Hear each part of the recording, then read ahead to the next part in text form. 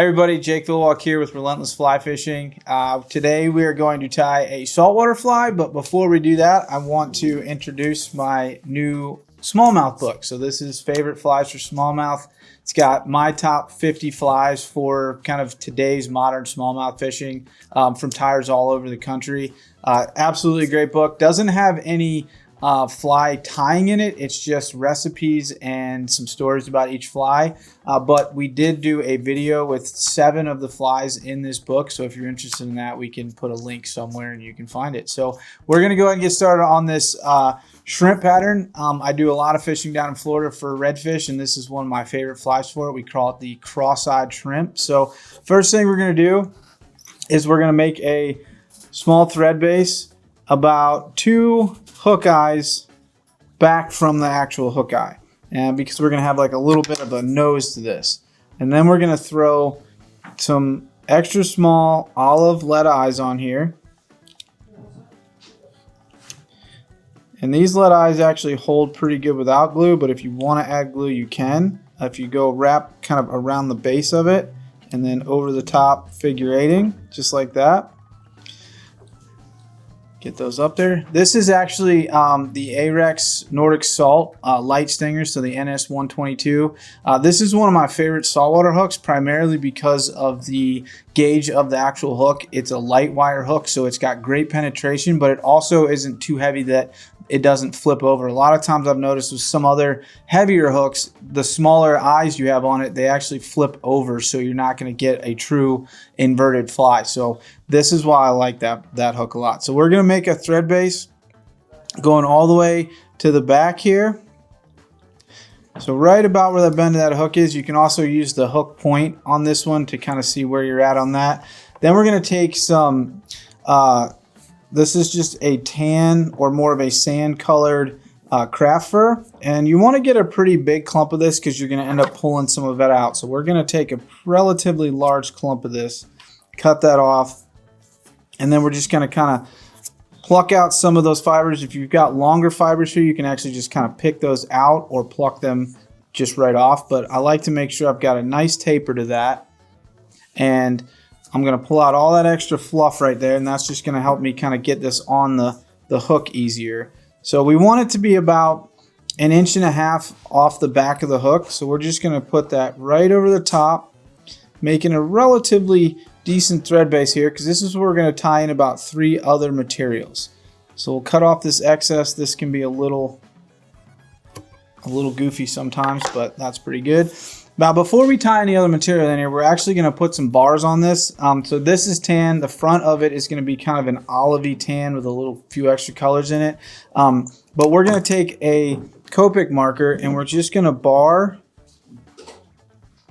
the back all the way to the tips. Probably get about 5 in there, and then we're going to hit the bottom coming back, and this is going to give you a good kind of full coverage here. You can go around all 4 sides. The thing I like about the copic markers is they don't really bleed out. So this stuff will be here for as long as you have this fly until a snook bites it off. So that's going to give you your bars, which is just adds a little bit of dimension to this fly.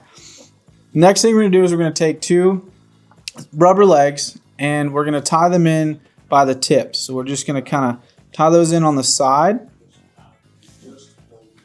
Fold this over, do the same thing on this side, trying to get them relatively even, and then we're going to trim off these little extra chunks right here. Now what I'm going to do is I'm going to take this and I'm going to measure about 3/4 of the length of this tail, and I'm just going to cut that off. And so we're going to have some solid olive, and then it's going to kind of get into that white barred tip, which is really nice. Next thing we're going to do is take some, you can use Palmer chenille, you can use kind of whatever you want. This is Sightcast crack wrap. I really like this stuff because it's got a nice thick kind of body to it, so it really fills that in. This is going to be some Chartreuse, and this is just kind of a little accent color. So we're going to tie this in. You're going to use that little teeny tip right there to get this in there. We don't want to cover up too many fibers because we want that to flare up kind of almost immediately. So we'll just wrap that. And each time you wrap this, we're going to do about 3 wraps. We want to make sure if it doesn't fold back over itself, we're going to kind of direct it to do that. So far this looks pretty good. Get our 3rd wrap in there so you can see that kind of flares around a little bit. Come up underneath. We're going to kind of feed our thread through that material. Couple securing wraps, and then we cut that off. So what that'll do, you can get a few other fibers there. We're just going to kind of wrap over top of those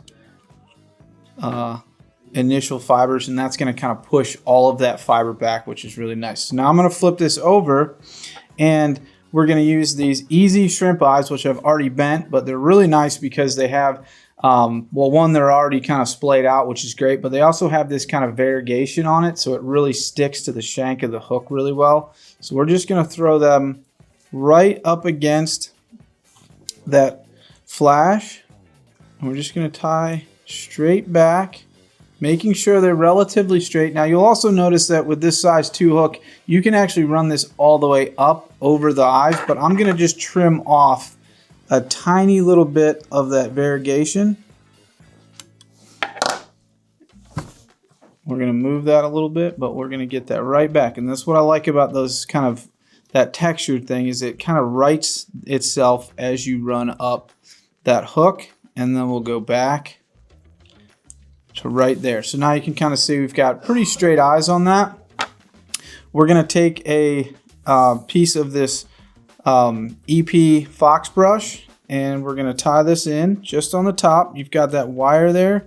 So what we're going to do is we're going to tie in the wire itself, just like we did with the flash. We want to make sure that that kind of comes all the way out. So I'm going to take this extra piece, and we're just going to roll that all the way up, fold it over,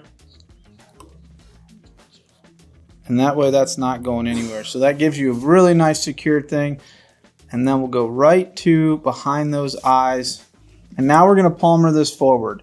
And as we do that, each time we're going to try to pull all those fibers back onto one side. And we want this to be relatively tight because we want that chartreuse to kind of get covered up by this. We just want that to be a little bit of an accent here. So we're going to wrap this all the way around, kind of getting it relatively close each time. Just kind of picking out those fibers. You can also use a dubbing brush for this if you want, but most of the time you can get it pretty good. So we want to make sure those back ones are really, really tight because we're going to trim off some of this front stuff, but we're going to leave that back flare. So just going to keep kind of moving ourselves forward. You could absolutely just use the rotary part of this, but I like to make sure that all those fibers are exactly where I want them to be. One of the things that I like a lot about these brushes is the wire core. Super durable. I tie a lot of my smallmouth stuff with these as well, just because you don't have to worry about those teeth kind of getting in there and ripping up that softer core fiber that you have in a lot of other, palmering or wrappable materials. So this stuff is just super durable. I tie all my crayfish with it. It just kind of keeps it really, really nice. So we're going to get this really tight right behind this eye. So we're going to probably get about one more wrap in there. And then we're going to kind of feed our way up through there. We're just going to take a big old pair of pliers, and we're going to cut that off super easy. So a lot of times I have an extra set of bad scissors with me or something like that. If I don't, or I have an actual set of little wire cutters. So I'm just going to use my scissors to pick out some of these fibers all the way around, just to make sure we get most of that out.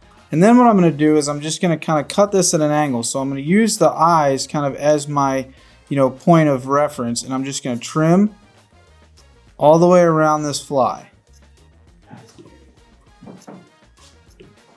So kind of a 360 degrees.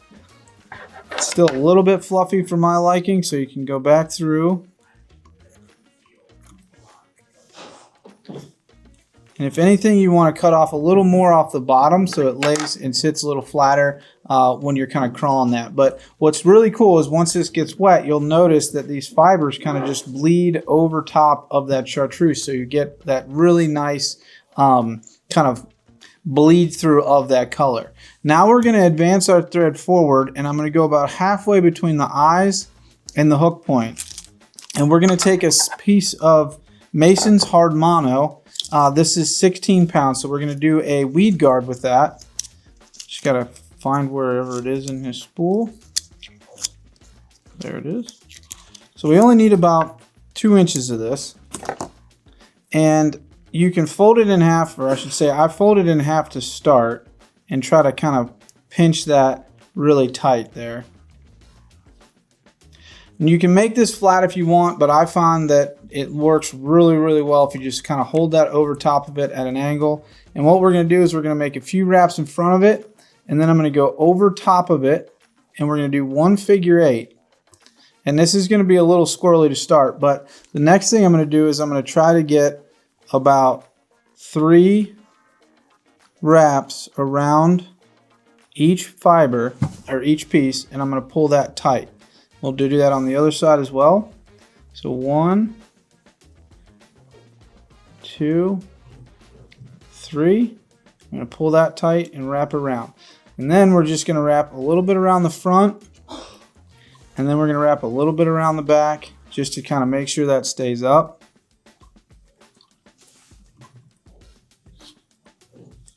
This is great if you're fishing oyster beds or you're kind of in the mangroves. This stuff really helps keep that hook off of there, but it's not super, super stiff, so it's not going to, you know, hinder a fish actually biting this and staying on the hook. So we'll just kind of push that back a little bit, and then we're just going to throw in a little whip finish. Just like that. Trim that off. And then what I'm going to do, and this doesn't work every time, but we're going to try, is I'm going to take this and I'm actually going to bend this with a pair of hemostats, and we're going to smash that little piece flat. We're going to do that on both sides. Kind of bend that over and smash that flat. And then I'm just going to change that angle a little bit, and we're going to trim off where that thing crosses. So we're going to trim off about 1/8 of an inch of each one, and we're going to leave that flat spot. And the reason we leave that flat spot right there is because, one, it just gives you a little bit of something to kind of hold on to, but what it also does is it helps not get anything stuck on that. If you just cut that off and it wasn't flat, you can have a little bit of an abrasion there, and you can actually grab onto other grasses that you don't want to. But with this, it keeps it flat, so there's no abrasions and there's nothing for it to get caught on. And that is the cross-eyed shrimp.